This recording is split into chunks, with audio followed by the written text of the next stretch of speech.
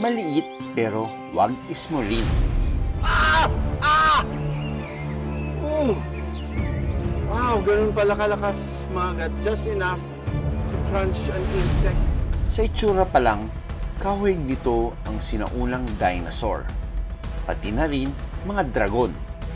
Ang Philippine Flying Dragon at ang Negros Forest Dragon, mga munting butiki sa kagubatan na pwede raw makita sa Albay at Negros.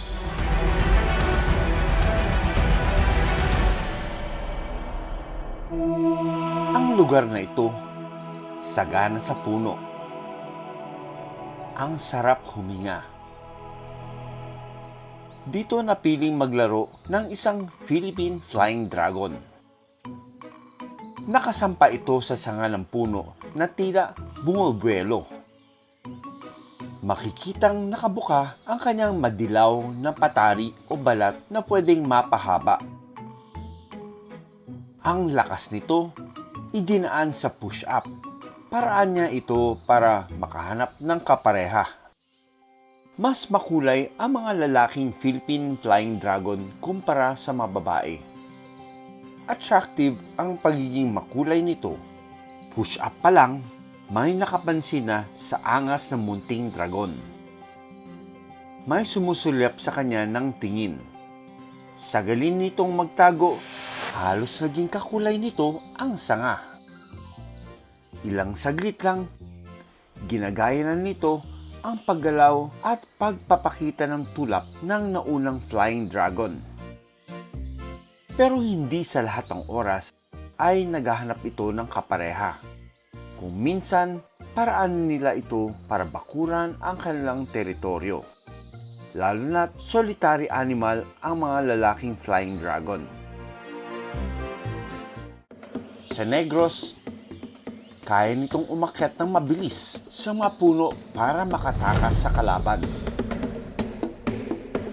Kamangha-mangha rin ang abilidad nito magbago ng kulay. Mailap at mahirap makita ang mga Negros Forest Dragon. Sa katunayan, higit 7 taon ko nang sinusubukang hanapin ang mailap na dragon. Nakakita sila ng Negros Forest Dragon. See, oh. Kakaiba yung itsura niya. Reddish. Yung likod niya and yung shape ng head niya. Angular. 2018 ang kauna-unahang beses na nakita sa telebisyon ang Negros Forest Dragon. Ang nakuna namin halos kasing liit ng butiki.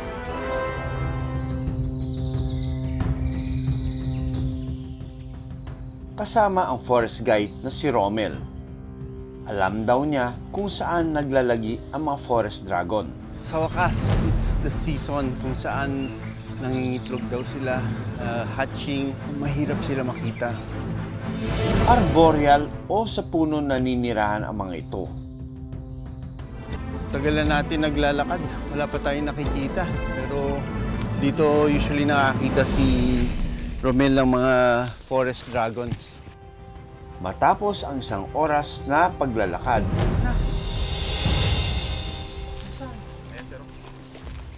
Okay. Kasi parang nagko-camouflage siya. Ang tagal ko bago naspatan yung tinuturo ni Romel. Pero ito, wow, yung height niya. Ganyan talaga sila, hindi sila mataas na nakikita. Below 6 feet lang sila, Sir Marvin. Wow, look at this, oh. Kulay kalawang yung kulay niya.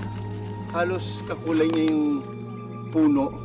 And sobrang dikit niya na. Our first adult na Negros Forest Dragon, no? Pero may mga bukol sa tiyan niya. Siguro may itlog to. mas malaki ang crest o palong ng mga babaeng forest dragon kumpara sa mga lalaki. We got a female gravid Negros Forest Dragon. So look at this, oh. Ang haba ng mga limbs niya, payat. So, sa ilalim niya is mas lighter yung colors niya. Look at those legs. It's designed to climb, to dig. Yun natin yung ngipin nito. Okay, serrated, oh. So, mga Omnivores ito, kumakain siya ng mga insekto at saka minsan mga vegetation. The Negros Forest Dragon. Usually the spikes are for defense. Pati mga buntot niya. Pag hinuli sila ng predator, napuputol to. Defense na rin nila yan para makatakas sa kanilang kalaban. Pero pag naputol yan, they have the ability to regenerate their tail. Matapos suriin, agad naming binalik ang Negros Forest Dragon sa puno. We're so lucky na nakakita tayo ng adult Negros Forest Dragon, pero sabi nila may mas malaki pa dito, doble yung size. So we're gonna let you go.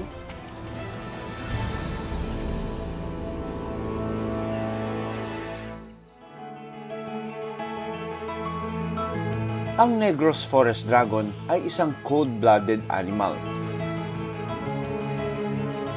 Sa umaga ito madalas aktibo at paboritong mag-basking. Paraan nila ito para mapanatili ang temperatura sa kanilang katawan. Sa aming paglalakad, Ayun, Dok, mas malaki, Dok. isang mas malaking Negros Forest Dragon ang nakita naming nakasabit sa puno. Hindi naman talaga lumalaki itong mga forest dragon, pero kumpara naman dun sa mga nakita namin dati, gano'n lang kalaki. This is definitely a big one. Para siyang juvenile na iguana. Maaring lumaki ito sa 30 sentimetro o kasing haba ng isang ruler. Ang laki nito! Wow, ganito pala siya kalaki. Mayroon itong matalas na ngipin pero wala umano itong lason.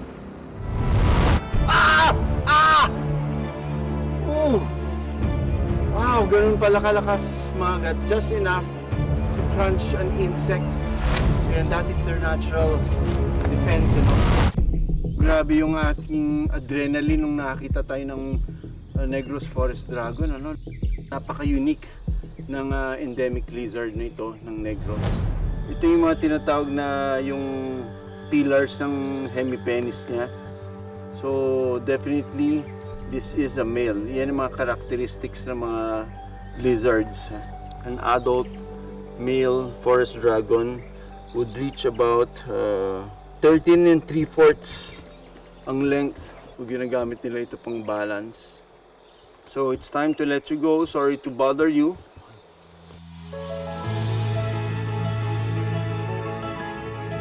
Dalawang beses sa isang taon kumangitlog ang Negros Forest Dragon at si Rommel ay may binabantayan daw na pugad dito.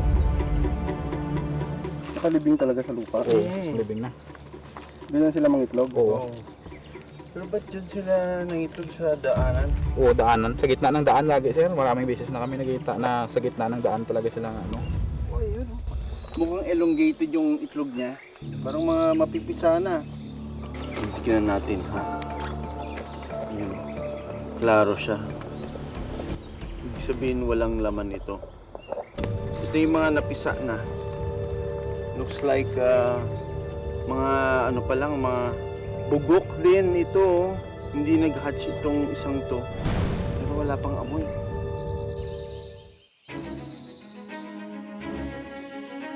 Ang mga dragon sa Pilipinas hindi kailanman makikita sa ibang panig ng mundo. Ang Philippine Flying Dragon at ang Negros Forest Dragon parehong endemic sa bansa. Kaya mahalaga na may sapat at saganang puno sa kagubatan na pwede nilang paglaruan.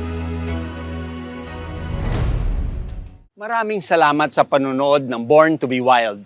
Para sa iba pang kwento tungkol sa ating kalikasan, mag-subscribe na sa GMA Public Affairs YouTube channel.